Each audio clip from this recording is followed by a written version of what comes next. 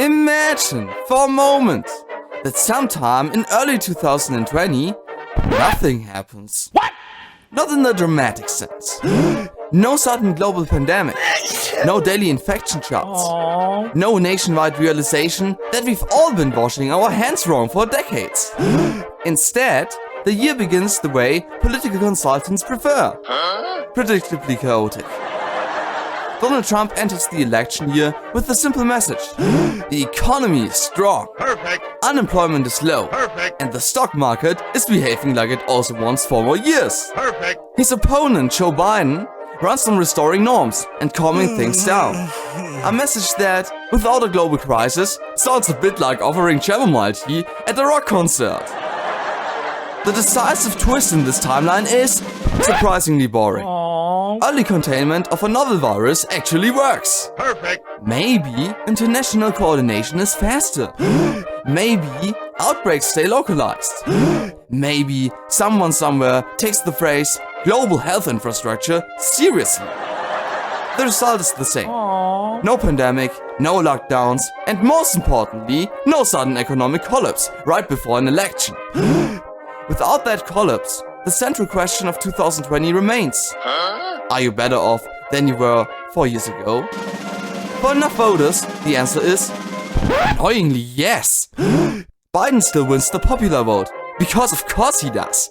But the Electoral College, America's favorite historical artifact, tilts just enough. What? Trump wins re-election, narrowly.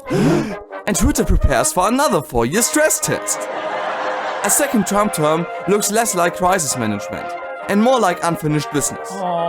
Deregulation continues. Perfect. Tax policy stays business-friendly, Perfect. and climate initiatives remain something other countries are politely asked to handle.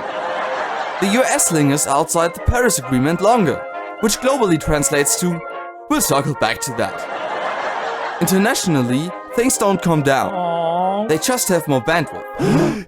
Tensions with China escalate earlier and more sharply. When Russia invades Ukraine in 2022, the response from Washington is more transactional, less alliance-driven. NATO meetings become slightly more awkward, like group projects where one member insists they did their part, but won't show the slides. By 2024, term limits finally do their thing, Perfect. and Trump exits. Republicans nominate Ron DeSantis, Perfect. pitching a more disciplined version of Trumpism. Democrats, having skipped the Biden presidency entirely, go younger. Perfect. Someone like Gavin Newsom, offering competence, ambition, Perfect. and at least 3 campaign ads filmed in front of solar panels. The race becomes a clean ideological showdown, not a referendum on crisis leadership. It's close, tense, and extremely expensive. In the end, DeSantis ekes out a win. Largely because voters decide that after 8 years of Trump-adjacent politics, what they really want is slightly more organized Trump-adjacent politics.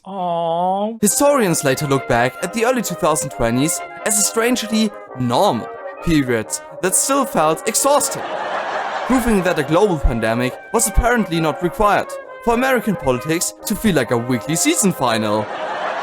Also, in this timeline, nobody learns what Zoom fatigue is. Solo starters remain a niche hobby, and millions of people are forced to develop personalities the old-fashioned way, which tragically does not come with the mute button. Are we still working on the questions for Hamlet today? Yes, we're going to be doing that today. Okay, and again, how can you even hear me in the first place? Okay, class, we're going to get started.